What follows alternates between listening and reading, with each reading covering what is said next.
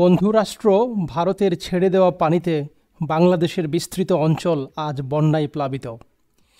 ঠিক তেমনিভাবে আমাদের দেশে কিছু শিল্প গোষ্ঠী আছে যারা কর্মসংস্থান সৃষ্টির নামে দেশপ্রেম এবং চেতনার আড়ালে দেশ থেকে হাজার হাজার লক্ষ লক্ষ কোটি টাকা বের করে নিয়ে যাচ্ছে এবং একই সাথে এই টাকা বিদেশে তাদের নিরাপদ ভূমিতে পাচার করছে। হ্যাঁ, সম্মানিত দর্শক, আপনাকে বাংলাদেশের তেমনি এক শিল্প গোষ্ঠীর নাম বলছি যারা বাংলাদেশের অর্থনীতি তথা ব্যাংক খাতের মাফিয়া। এই শিল্পগোষ্ঠী আর কেউ নয়, বাংলাদেশের ব্যাংক খাতে সবচাইতে আলোচিত, সমালোচিত এবং নিন্দিত নাম অ্যাসালম গ্রুপ। এই অ্যাসালম গ্রুপ তার নিয়ন্ত্রণাধীন ছোটি ব্যাংক থেকে একাই 1 লাখ কোটি টাকার সমান বের করে নিয়েছে এবং এই ঋণ বাংলাদেশের ব্যাংক খাতের মোট ঋণের প্রায় 6% সমান। সম্মানিত দর্শক, চলুন দেখি এই অ্যাসালম গ্রুপ কোন ব্যাংক থেকে কত টাকা নিয়ে তার পকেটে 1 লাখ কোটি টাকা পুরেছে।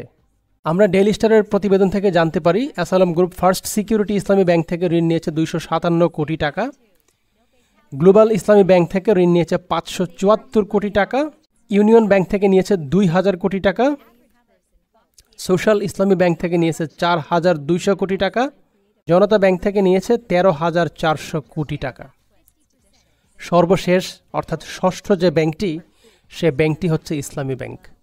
এবং এই ইসলামী ব্যাংক থেকে কত টাকা ঋণ নিয়েছে সেটা বলার আগে আমি আপনাদেরকে ইসলামী ব্যাংকের উপর দৈনিক জনকণ্ঠ পত্রিকার একটি সাম্প্রতিক প্রতিবেদন দেখাচ্ছি। দেখুন, গত 4 জুলাই 2024 দৈনিক জনকণ্ঠ একটি প্রতিবেদন করেছে যে সব সূচকেই শীর্ষে এখন ইসলামী ব্যাংক।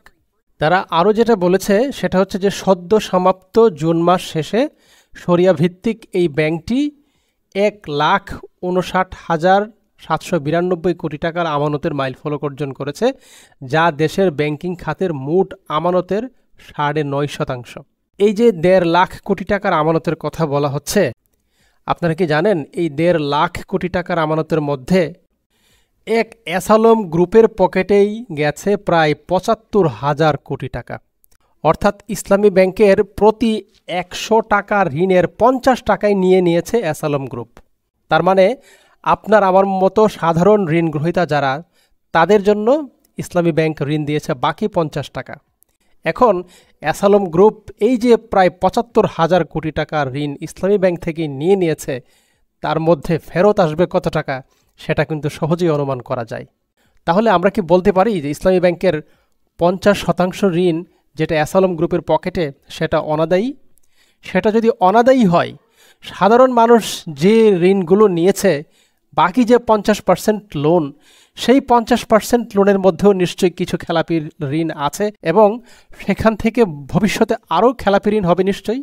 তাহলে একটু অনুমান করুন তো, ইসলামী ব্যাংকের প্রতি 100 টাকার ঋণের মধ্যে আদায়যোগ্য কয় টাকা আছে এখন? খুব দুঃখ লাগছে ইসলামী ব্যাংক সম্পর্কে এই বিষয়গুলো বলতে এবং চিন্তা করতে, কারণ ইসলামী ব্যাংক দেশের ব্যাংক খাতের প্রাণ ভোমরা। ইসলামী ব্যাংক ক্ষতিগ্রস্ত হওয়া মানে দেশের ব্যাংকিং খাত ক্ষতিগ্রস্ত হওয়া। ইসলামী ব্যাংক পঙ্গু হওয়া মানে দেশের ব্যাংক খাত পঙ্গু হয়ে যাওয়া।